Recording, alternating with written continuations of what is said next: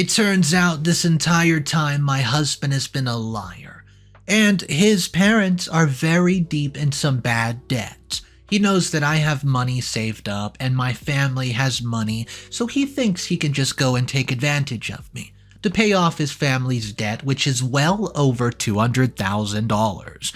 But guys, it doesn't end there. I started to look into it and I was unraveling lie after lie after lie. And the last lie, well, you won't believe what I found out. After giving a man over 6 years of my life, I've just now realized who he really is. And I can't believe what's been going on behind my back. I got betrayed early on in my life and made it a mission to find a genuinely good man who I could fully trust. Years later, I found him and married him, even though everything I loved was against it. I gave so much up for him, and this is what I got back for it. Sorry for such a confusing start, but I'm not really thinking straight at the moment. I've just discovered that my husband is a cheater, my husband is a liar, and does not really care about me at all. I know cheating stories are quite common here, but mine is a bit different. Let me explain right from the start. My name is Jenna, and up until yesterday I was living happily with my husband Jeff. We've been together for over 6 years and have been married for 5. As I already mentioned, I had a really terrible experience in a relationship years before I met Jeff. I guess I should start with that first, right? So, about 3 years after we met, I was in a long-term relationship with my ex-boyfriend Alvin and fully believed that we were going to get married. He was a good-looking, kind of wealthy guy, and I felt so much in love with him that I was ready to throw everything I had going on away for him. I'd always loved just working and really liked my job, but I was ready to give it all up for him and almost did. I'm so glad that I did not, because I would have ruined my life.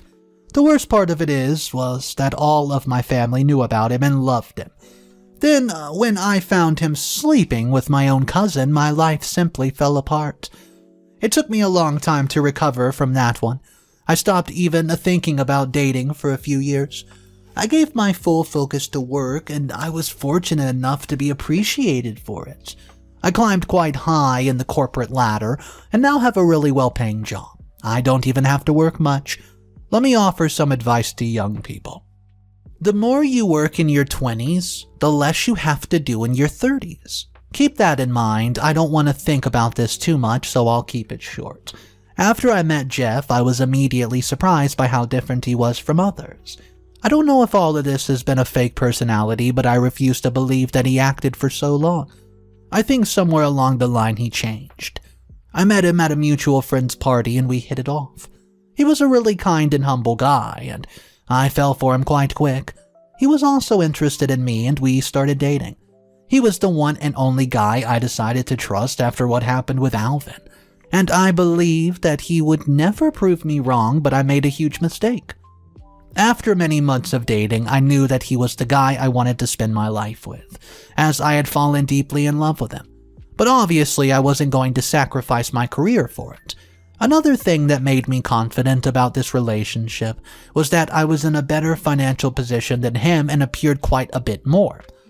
This sounds really bad, I know, but after my last experience, I want a guy who didn't have the money, ego, and who wouldn't cheat on me just because he could. Also, Jeff did not care about money much and was happy with me earning more than him. This was more than enough for me, so when he proposed over a year after we met, I said yes, happily. Everything was going right at this point, but I had a big problem coming up. See, there was one thing bothering me about the engagement. My family was not happy with me getting serious with Jeff. After Alvin, they wanted me to get a guy who was just as wealthy as him, and did not like that Jeff earned less. They especially did not like that most days he worked the night shift in a car factory. They believed honest work like that was for lower-class people. Ugh, believe me, I tried my best to explain to them, but nobody wanted me to marry him. The case was especially intense with my mom and dad, who disliked him from the very start. When I told them I was engaged to him, Dad got so mad that he did not speak to me for a week. I love my parents, and I believed that they would learn to be happy for me no matter what. When we fixed the marriage date, my parents gave me an ultimatum, to choose them or Jeff. for the rest of my life. I will not talk much about this, but I think you already know what I chose. I knew, or at least believed deep inside, that they would accept my choice, but oh boy, I was wrong. After I got married, my parents have not spoken to me to this day. I can't explain to you how badly it hurt for them to cut me off. It was not like I was not trying to get them to talk to me. I tried my hardest. For a year, I begged them and went to visit them countless times, but they would simply cut me off and refuse to see me. Jeff was bummed about it too, but he slowly turned me against them, making me feel that they were the ones that were wrong here. These 2 days, I've regretted choosing him so much, and I wish I chose my parents a long time ago. If I had done that, I would not be writing this stupid thing right now with a broken heart. Well, guys, I want to make it crystal clear. I did not regret the decision before and was actually mad at my parents as I was pretty happy with Jeff. To me, it seemed like they were just being petty, that I didn't listen to them, and I was mad at them for trying to control me and not forgiving me later on. Now, you know what I gave up for him. Let me come to the present time, or at least a little more than a week ago, to explain my current situation, right? So a week and a few days ago, I mistakenly recorded my husband having a conversation. In my off time, I recorded myself trying to sing. I'm bad at it, but I try because I really like music. I want to be able to at least sing some good karaoke. So I was in our bedroom recording my voice after practicing, and right at that point our doorbell rang. I didn't hear my husband around, so I went to the door myself and found him talking on the phone in the kitchen. I went to the door and he went into the bedroom, and I did not think anything of it. I then came back and noticed I left my phone recording everything and stopped it and got busy with work. That night, my husband was busy. Well, he was out at work because of some emergency at the factory, and it happened quite late. I then remembered the recordings and started going through them one by one. At the last one, I was shocked to hear that after I had left, my husband came into the room and continued the conversation. That conversation shocked the socks out of me. That was why he was, the way he was talking. It sounded like he had a side chick on the line, and he was telling her how he was going to make an excuse and get out of the house later. He called her Annie and told her how much he was missing her and wanted to hold her. I couldn't believe it, and it took me a few days to fully accept what I was listening to. I didn't want to believe that he was cheating on me, and then I called my good friend Shrey and asked her about it. We met, and she told me that this was way too suspicious to be a joke or something, and I need to find this out. She gave me an idea to set up our home with audio and video recorders that are obviously the small, unnoticeable type, and one night when Jeff left, I reluctantly installed them. I didn't want to investigate him like this, but I had no other option. Believe me, I prayed that all of this was something else other than what it looked like, but unfortunately it was even worse than that. Yeah, way worse than that. 2 days ago, when I checked the tapes, I found something very disgusting, and I almost puked when I saw it. So I don't fully know still, but from what I saw, my husband's been cheating on me for a good amount of time. I think for almost a year just with the same Annie. She's not just some side chick, she is his permanent side chick. And the worst part is she comes to our home and sleeps with him a lot. He not only talks to her nonstop when I'm not at home, but he also sleeps with her outside and inside the home. I don't understand if I'm cursed or something, because he was not like this when I met him. Why did he have to turn out like this? Do I really deserve it? I've been a great wife to him and have supported him through a lot. Heck, most of the things he buys are from my money, and I've never brought up the fact that I pay for everything. Doesn't he have a good life? It was not like I had been closed off to him or something like that. I've always been open and intimate. I left my whole family for him, and, well, what more did he need? What did I do wrong here, or are all men like this? I don't know what to do at this point. I've been thinking nonstop, but I have no idea where to go from here. My mind feels like it's running 100 miles an hour. I feel both sick and like I'm free-falling from the sky. Do I contact his parents and tell them what he's doing to me? Is that a good idea here? Or should I just let this go and get a bunch of evidence to use in our divorce? I really don't know. I don't want to divorce him. I love the man. But now he's left me with no choice, and I don't want to just let him go after doing all this to me so easily. Guys, please help me. Update number 1. Hey guys, I know it's been a few weeks since my last update, and I've discovered something even crazier than what I did last time. I know I didn't think things could escalate further, but first I want to thank everyone for giving me sound advice and encouraging me to do whatever it takes to get away from him. Also, I'm glad I did not go to my in-laws. Now, I'm not proud of what I did, but I kept thinking about what I needed to do for 2 weeks. It turns out I have an unbelievable level of patience when it comes to coming up with a plan to do something to people who hurt me. Till today, I've maintained the same face in front of him, and he has no idea that I know everything he's been planning, and believe me, he's been planning a lot. So, the good thing about me not being able to make a decision was that I kinda saved myself from making a mistake.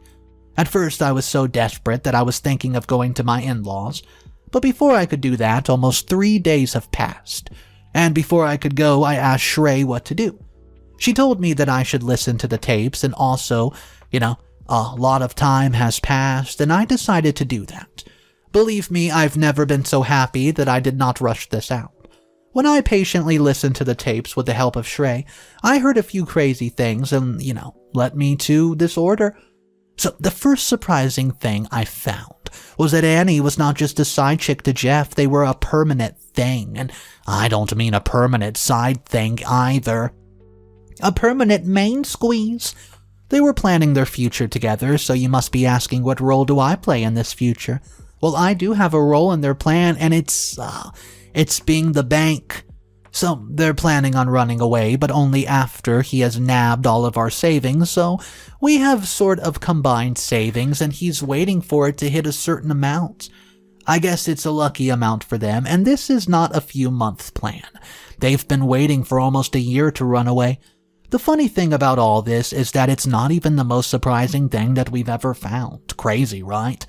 But staying on this topic definitely hurt listening to my husband tell his side chick how little I mattered to him. I've processed it now, but when I heard about it at first, I cried for a few minutes on Shrey's shoulder. She helped me go through all this and stayed with me like a pillar.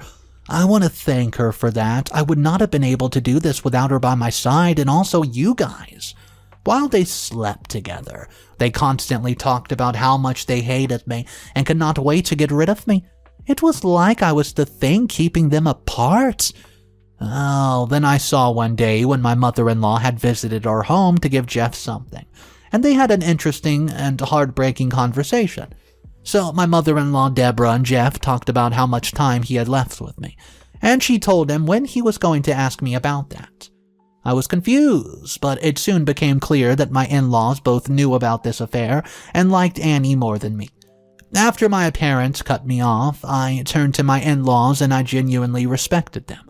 I've never done anything to them, but they wanted their son to run me dry and run away with another girl?